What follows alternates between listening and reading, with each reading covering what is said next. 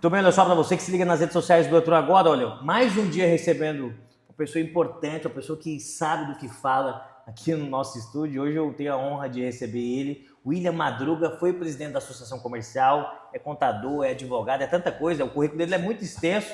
Eu não vou conseguir falar tudo, mas eu vou deixar para ele falar. William, satisfação em te receber aqui na nossa nova casa, para poder falar de assuntos aí do dia a dia, do cotidiano do empresário, principalmente na parte da reforma tributária. Mas antes de tudo, se apresenta, né? Você já veio para o Beltrão agora, mas eu quero que você se apresente de novo para quem ainda não conhece o William Madruga, quem quer, seja bem-vindo. Olá, Léo, olá a todos que nos assistem, nos escutam aí pelas redes do Beltrão agora. Um prazer estar aí com você, conversando mais uma vez. Parabéns pela nova sede, realmente ficou muito bonita. E o objetivo nosso aqui é nós conversarmos hoje com todos os que estão com dúvidas sobre imposto de renda, sobre reforma tributária, o que vai acontecer ali na frente, quais são as situações que estão acontecendo, porque isso é uma alteração muito grande que está acontecendo e a gente aí tentar passar um pouquinho da experiência que a gente tem, né?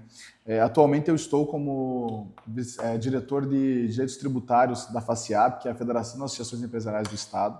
A gente tem se envolvido bastante com esse tema, não só no Estado, mas também lá em Brasília. O ano passado, inclusive, participei de alguns eventos lá dentro do próprio Congresso, buscando alguns benefícios, algumas justiças para que a gente possa ajustar todo o setor, porque é uma reforma muito grande, né? A maior reforma que já aconteceu desde a nossa Constituição Federal, lá de 88, e todo empreendedor, todo empresário precisa estar atento, porque ano que vem muda muita coisa. Tá certo. William, vamos já direto ao ponto, né? Para quem não entende nada, para quem é leigo, eu me digo que eu também sou leigo sobre isso. A reforma tributária, muito se fala sobre isso em todos os meios de comunicação, em todo lugar, que isso vai acabar prejudicando o empresário, que vai ser um negócio assim cabuloso, um quebra-cabeça. O que muda nessa reforma tributária? Qual que é a importância da pessoa que tem uma empresa saber e entender sobre isso? Então vamos lá, primeira situação, né? A gente tem que apagar alguns mitos, né? E um mito que eu quero já dizer é o seguinte: tem muita gente que fala o seguinte, olha, a reforma tributária veio para diminuir imposto, para diminuir tributo. Não, Léo, isso é um mito. A reforma tributária ela não veio para baixar ou diminuir tributo. A reforma tributária, o objetivo dela foi simplificação. Por que simplificação? Porque hoje no Brasil tem um estudo que a gente leva mais de 1.500 horas para simplesmente prestar informações ao fisco e calcular os tributos que se deve. Por que isso? Porque hoje é muito complexo calcular imposto no nosso país. Nós temos 27 unidades de federação, nós temos mais de 5.500 municípios, nós temos a União, e cada uma dessas partes pega uma fatia do bolo. Então eu tenho que, na hora que eu for vender esse óculos, por exemplo, eu tenho que saber da onde está indo, da onde está vindo e para onde está indo. Eu tenho que saber se o imposto lá onde ele está chegando qual é a alíquota e quanto é a alíquota de onde ele está saindo. Eu tenho que saber se isso aqui tem ICMS, isso aqui tem PIS, isso aqui tem COFINS, isso aqui tem IPI, uma porrada de coisa. Então, nesse sentido, o objetivo principal da reforma foi simplificação. E o que é essa simplificação? Essa simplificação ela eliminou alguns tributos, que são eles PIS, COFINS, ICMS, ISS e parcialmente o IPI, e ela constituiu dois novos, que é o IBS e o ICBS, que são irmãos gêmeos. E esse IBS e CBS é o que a gente chama de IVA. Então, para trazer para a prática, né? Outros países já utilizam esse sistema. Quando a gente vai, por exemplo, para o Paraguai, aqui que é a prova, nós estamos uma região de fronteira, né? Quando a gente vai para o Paraguai, quando a gente vai para a Argentina, a gente vai fazer uma compra lá, já pode perceber que na nota fiscal vai constar assim, valor dos produtos, X valor, valor do IVA, tanto valor, valor total da nota, tanto, que é a soma do valor dos produtos mais o valor do IVA. E é isso que vai mudar drasticamente a partir do ano que vem. Esse ano é o ano de testes. O ano que vem começa a mudar na prática. Então, quando vocês forem no supermercado, por exemplo, vocês vão comprar lá, sei lá, um refrigerante. Comprou um refrigerante, vai ter o valor do refrigerante, que vai estar escrito lá sem imposto, provavelmente na gôndola, e vai ter o valor com o imposto. Por quê? Porque a partir do ano que vem, o nosso imposto não é mais por dentro. Quando você comprava lá um refrigerante por R$10, por exemplo, já estava todo o imposto embutido. Agora tu vai comprar ele por um valor e esse imposto vai estar por fora. Essa, Léo, é uma das grandes mudanças que vão acontecer a partir do ano que vem. Tá certo. Para quem ainda assim, dando a gente esmiuçando e falando sobre isso, não entende muito sobre isso, é importante que essa pessoa também tenha um escritório de contabilidade, tenha um contador que fique antenado a isso e cuide disso para que não tenha problema a partir do momento que passar dessa fase de teste começar realmente a valer, né? Ah, com certeza, porque isso pode doer no bolso, né? E por que pode doer no bolso? Porque se você não tiver no regime certo, se você não tiver adotando as medidas corretas, pode ser que tu pague muito imposto do que realmente você deve. Tá? Ou dar um outro exemplo aqui. Para quem vende para muito B2C, tá? Que vende para outros CNPJs, para outros contribuintes. Você é um exemplo. A partir do ano que vem, então, o que a gente chama de crédito pleno. O que é crédito pleno? As empresas vão poder se creditar. Hoje, por exemplo, quando uma empresa contrata um serviço de comunicação, ela, via de regra, não tem crédito desse documento, independente se você for Simples Nacional ou se você for lucro presumido ou lucro real. Por quê? Porque essa atividade não tem a ver com a essência dela. Tá? A partir do ano que vem é crédito pleno. O que é crédito pleno? Emitiu nota, eles vão ter direito a crédito. Então, muito provavelmente, a partir do ano que vem, o teu cliente, quando for contratar, ele vai dizer o seguinte: opa, eu quero com crédito. E daí tu não vai poder estar no Simples Nacional, porque o Simples Nacional concede um crédito muito baixo. Já um regime normal vai dar um crédito maior.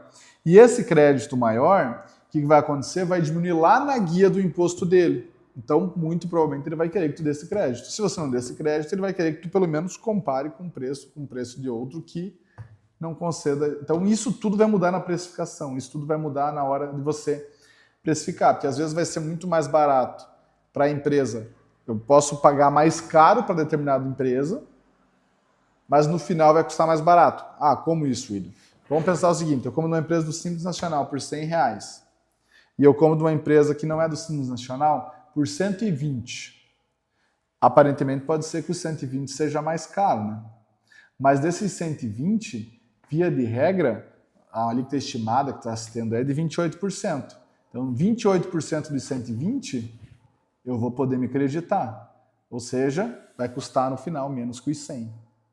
Numa análise geral, a reforma tributária, você acha que ela vai prejudicar o grande empresário ou o pequeno empresário? Ou você acha que vai ser um impacto igual para os dois? Não, nunca é igual. Na vida nada é igual. Na vida nada é igual, né? Só que isso é muito relativo. Eu não diria do pequeno para o grande, eu diria do setor para o setor. Que isso ficaria mais fácil de eu trazer algo mais genérico. Vai depender da segmentação do cara. Então, vou te dar um exemplo aqui. Comércio e indústria. A indústria é uma das mais beneficiadas, assim, porque ela vai poder ter crédito de tudo. Antes ela não tinha crédito de tudo. Então, a indústria é uma das mais beneficiadas. Assim. Dependendo do setor ainda, vai poder ter um crédito ainda maior que automaticamente... vou dar um exemplo aqui. Indústria que exporta. A exportação ficou totalmente diferida, não vai pagar nada. E vai poder se creditar, coisa que não acontecia antes. Então, ela vai ter dinheiro no bolso. Então, essa vai estar extremamente beneficiada. Outros setores da indústria que não podiam ter crédito de tudo, agora vão poder ter crédito de tudo. Comércio, a tendência é se manter. Quem vai ter mais dificuldade é aquele comércio que vende para o B2C. B2B vai ser praticamente a mesma coisa. Aquele que vende para o consumidor final, em tese, não é para ter grande impacto. Agora, quem vende para outros CNPJs, que está no meio da cadeia, um atacadista, um distribuidor, esse vai ter uma certa... talvez mude um pouco na sua carga tributária. Agora, os prestadores de serviço, que é o teu caso, que é o meu caso, esses, com todo respeito, se lascaram. Essa é a grande maioria, principalmente quem presta serviço para outras empresas, quem presta serviço para outras pessoas que vão querer o crédito. Essa tendência é que a carga tributária aumente significativamente.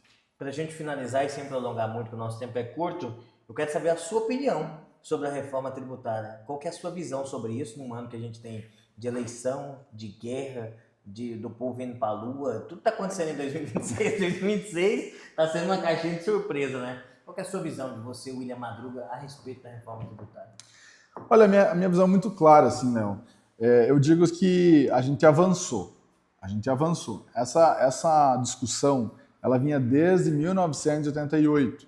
Ela vinha desde 1988. Desde a nossa Constituição Federal. Então, vinha se discutindo e a gente queria um avanço. E, em termos de simplificação, sim, a gente avançou. Não é fato isso. Agora, sabe qual que é o problema, né? Aqui no Brasil? A gente poderia avançar sempre muito mais. E a gente não dificulta as coisas. Eu concordo que nós estamos num país continental, que é muito difícil. Uma vez eu ouvi uma fala que assim, você administrar ou gerenciar o Brasil é você ser um elefante dentro de um skate, um elefante em cima de um skate andando num terremoto. Então, para você entender o quanto é difícil, né? A realidade do Sul é totalmente diferente da realidade do Nordeste, que é diferente da do Norte. Só que, por exemplo, nos outros países, a ideia inicial da reforma tributária era ter apenas um IVA. No Brasil, nós já criamos 2, que é o IVA dual. A carga tributária do IVA nos outros países são muito menores. A gente não sabe a nossa ainda, mas a expectativa é que seja uma das maiores do mundo. Trouxe o split payment para a reforma tributária. O que é o split payment? É a cobrança, o imposto dividido. Lá na hora do cartão de crédito, ele já vai dividir o que é do fisco e o que é do contribuinte. Tem pontos positivos? Tem, mas vai mexer muito no fluxo de caixa das empresas. Essa é uma das únicas do mundo. Então, assim, a gente avançou na parte de simplificação, mas a gente poderia ter avançado. O IPI era para ter acabado 100%. Não acabou, por causa da Zona Franca de Manaus. Então, assim, a gente poderia ter avançado muito mais. É como na economia, a gente podia estar muito melhor. Mas a gente está avançando, mas poderia estar muito melhor.